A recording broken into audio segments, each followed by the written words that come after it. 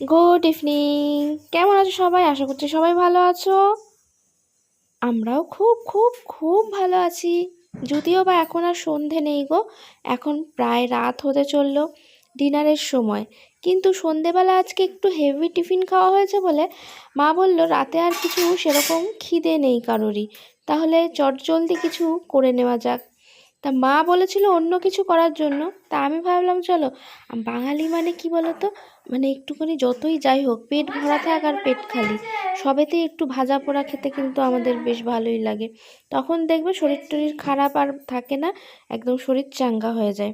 তা আমি যখন রান্নাঘরে ঢুকেছি আজকে মাকে বললাম তোমাকে আর করতে হবে না, সকাল থেকে সারাদিন তো মা করতেই থাকে, মানে হাত পা এক জায়গায় হয় না, সারাক্ষণ টুকটুক টুকটুক, শুধু রান্না বান্না বলে নয়, যে কোনো সারা বাড়ির কাজই করতেই থাকে। এই রান্নাঘর কতবার পরিষ্কার করা জানো? যাই হোক, তা আমি চলে এসেছি। তা শীতের বেগুন এখন একদম কচি নরম, বেগুনগুলোকে আমি পটপট করে কেটে নিয়েছি, এখানে দেখো, কেটে ভালো করে ধুয়েও নিয়েছি। এবার এখানে একটু চালের গুঁড়ো, একটু বেসন, মানে বেগুনি করতে যা যা লাগে সব কিছু একটু করে নিচ্ছি। আর জানো তো, বেগুনের এই ব্যাটারটা যদি খুব সুন্দরভাবে একটু ফেটানো যায়, খুব হালকা হয়ে যায়, তখন কিন্তু বেগুনি খেতে আরও বেশি টেস্ট হয়। তো তোমাদের আর বেগুনি কেমনভাবে করছি সেটা শেখাবো না অবশ্যই, তোমরা সবাই জানো। আমি কিভাবে করছি সেটা দেখো। এই দেখো, আমি এরকমভাবেই করি, খেতে কিন্তু দারুণ হয়। এভাবে করে তোমরা একবার ট্রাই করতে পারো। পরপর দেখো আমি কী কী দিচ্ছি, তাহলেই তোমরা বুঝে যাবে। আর মুখে ওই জন্য বললাম না। তো এবার ব্যাটারটা সুন্দরভাবে মেখে নেওয়ার পালা। আর আমি যখন রান্নাঘরে এসেছি, এইসব রান্নাগুলো মানে কি বলবো, মা হলে করে দেয় অবশ্যই, কিন্তু মা তো সব দিকে খেয়াল রাখে আর কি। বলে বেশি এইসব ভাজা পোড়া খাওয়া ভালো না, এই না তো শরীর খারাপ করে ভাজা পোড়া খেলে। আরে যাই হোক, শরীর টরীর খারাপ ওইসব সাইডে সরিয়ে রেখে আমাদের এইসব একটু না হলে জাস্ট মানে রান্নাঘরের বদনাম হয়ে যাবে আর কি। মানে আমরা যে বাঙালিরা রান্না এত করতে ভালোবাসি, খেতে এত ভালোবাসি, আমরা খাদ্য রসিক, তা সেখানে আমরা যদি এইসব ভাজা পোড়া, একটু সিঙ্গারা চপ এগুলো না খাই, যাই হোক, বাইরের তো খাচ্ছি না, ঘরের খাচ্ছি, মানে ঘরে ভালো তেলে ভাজা হচ্ছে, শরীর অতটাও খারাপ হবে না, কি বলো? কড়াইতে তেল কিন্তু আমি দিয়ে দিয়েছি অলরেডি, আর এখানে তেল গরমও প্রায় হয়ে এসছে।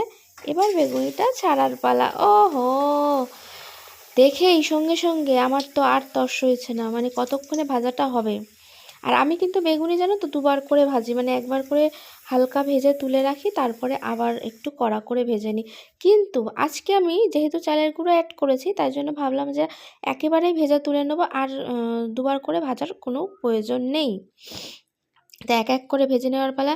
রাতে এর সঙ্গে কি খাবো সবটাই তোমাদের সঙ্গে শেয়ার করব। তোমরা কিন্তু ভিডিওটা স্কিপ করো না, দেখতে থাকো, আশা করছি তোমাদের ভালো লাগবে। তবে আমার মতন কে কে আছো বলো তো, যে এরকম খেতে ভালোবাসো, তার সঙ্গে খাওয়াতেও। শুধু খেতে যারা মানে রান্না করতে ভালোবাসে, তারা নিজেরা যেমনি খেতে ভালোবাসে, সেরকম কিন্তু মানুষকে খাওয়াতেও ভালোবাসে। যাই হোক, যখন জানো তো আমার দাদু আসতো বাড়িতে, এখন আর সে নেই আমাদের মধ্যে, মানে কিছু বছর আগেই উনি আমাদের ছেড়ে চলে গেছে। কিন্তু উনি কিন্তু এইসব ভাজা পোড়া, হয়তো বলতে পারো এটা জিনগত একটা ব্যাপার, কারণ আজকে আমাদের স্পেশাল রেসিপি, এটাকে কি নাম দেয় আমি জানি না। এর মধ্যে রয়েছে ভাত, মানে চাল, ডাল, সব রকম সবজি, লঙ্কা, নুন, ঘি, টমেটো ফমেটো সব দিয়েছি, গাজর দিয়েছি, দেখো সব রকম সবজি আছে, আর সাথে আছে বেগুনি। দারুণ আইটেম, গরমা গরম একদম, আলু ঠালু সব দিয়ে দিয়েছি এর মধ্যেই, খাওয়া হবে এখন।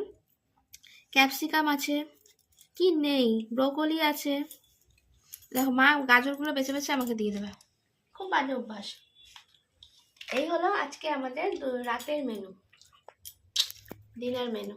কেমন একটু কমেন্ট করে জানিও কিন্তু, এরকম মাঝে মাঝে খেতে ভালো লাগে। আর তার সঙ্গে এরকম যদি হয় অতি স্বাদের বেগুনি, হা হা, গরমা গরম একদম। ভালো লঙ্কাটাও দিয়ে দিয়েছে।